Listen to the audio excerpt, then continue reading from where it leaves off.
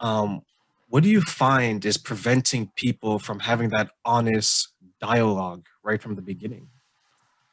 I think the biggest one is just really just, it goes back to where I say like falsely labeled taboo, or stigmas that we place in societal norms. You know what I mean? Um, just know that every part, like we come from all different types of life and, backgrounds. And depending on how you were raised, where you're from, you're going to have a different stigma. Sometimes my English, y'all, but you're gonna have a different, what's the word? Like what's right or what's wrong. I guess I forgot. I don't know the word for that right now, but you're just gonna have a different conception of what is. And based on where you're living, your society will tell you that's wrong based on popularity or what have you. But that doesn't necessarily mean it's right or wrong. Is it right or Absolutely. wrong to you? Is a different question. So I was just about to say that. As long as, because I guess universally the right or wrong is as long as you're not breaking any laws, yeah. Oh, right? moral. That was the word. Moral. The Right. morals are different. Yeah. But yeah, you need to have, like, to use that word, a moral compass leading you in the right direction when it comes to dealing with people. And I know you and I briefly discussed a few things.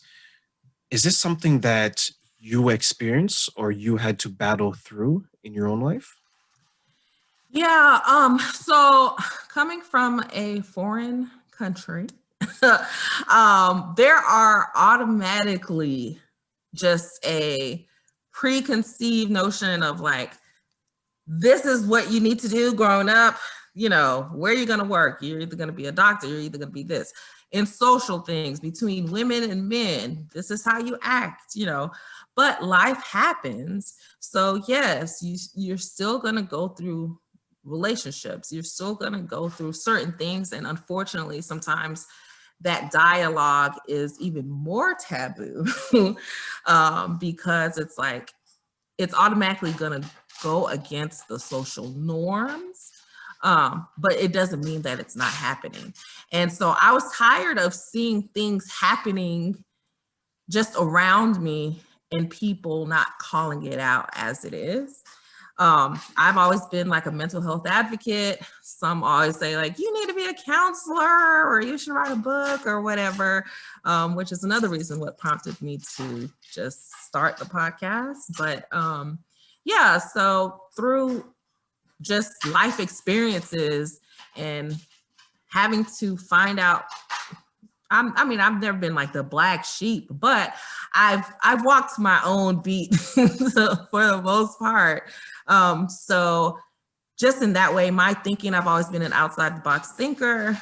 So a lot of times it's like, wow, you're a Christian and you hang out with this. I'm like, yeah, like God hung out with people that weren't just good. So again, I've always had the piece of like walking with different people, just curious on why they think the way that they think. And again, connecting us, like what's the missing piece, like bridging gaps, because you don't always have to agree with people, but you should still be able to have a conversation about it. And I feel that when people say things like that, it's more so a reflection on them than it is you, right? When they're trying Yeah, to put those labels, that taboo myth, things like that on you, they say that, well, you claim to be this, shouldn't you be doing this? That's more right, reflection on themselves because right. that's their perception of certain things. And I know you mentioned that you want to debunk and you want to kind of break away from some of these labels that in a way can be detrimental to the person. Maybe it was needed years ago, but not Yeah. necessarily now.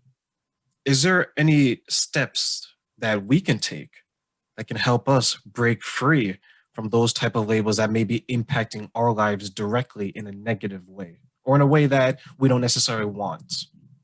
I think the biggest thing is to come with an open mind.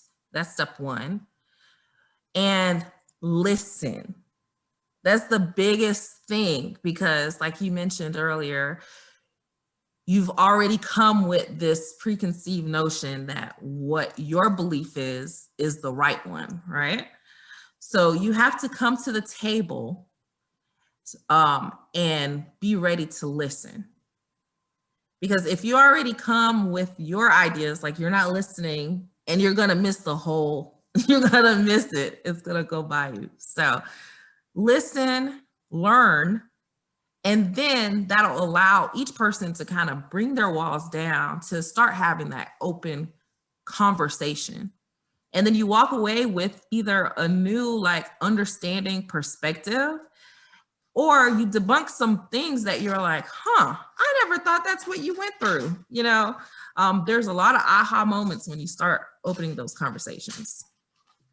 Did you have people around you that did that as well? That maybe, because I know you mentioned to me that you went through like a period of depression. Did you have people around you that were attaching labels to, saying that maybe, oh, you're going through depression, you should be this, or it's this in another way? Yeah, I mean, I've had people like, I'm a happy person, which is another misconception, that happy people don't get sad. I mean, you're human at the end of the day. We are in a time of, isolation. I know at the time I dropped the ball on self-care, which I think is huge, especially during this time.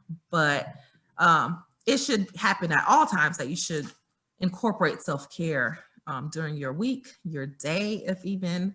But I dropped the ball, and I had a lot of things on my plate, some good things. But at the end of the day, it doesn't matter if they're good or bad. If you don't practice self-care, it will tumble at one point, and even then, I know I had times where people were like, why didn't you tell me? And, again, it comes back to self. People always bring their self to the table. It's like, so why should I be bothered how you're feeling when I'm depressed? You know what I mean? So I basically had to call myself out, recognize what it was.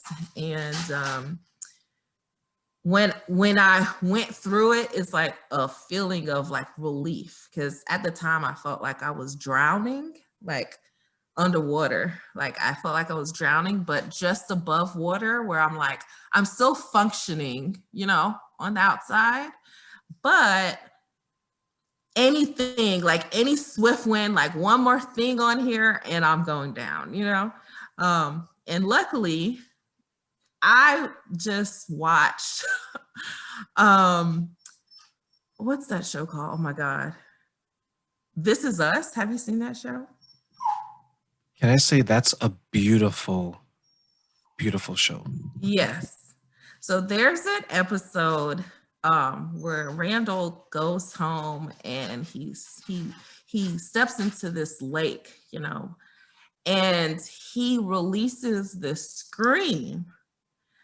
And it's like, I felt that I was like bottling up a lot of emotions, either that I hadn't dealt with, and just transitions and newness. And it was just a lot that when I heard him scream, like I did my scream session too. Now I didn't go into no lake. You're not going to find me. I was just about to say that. Did you scream? And you beat me to it. She actually screamed with him. I sure did.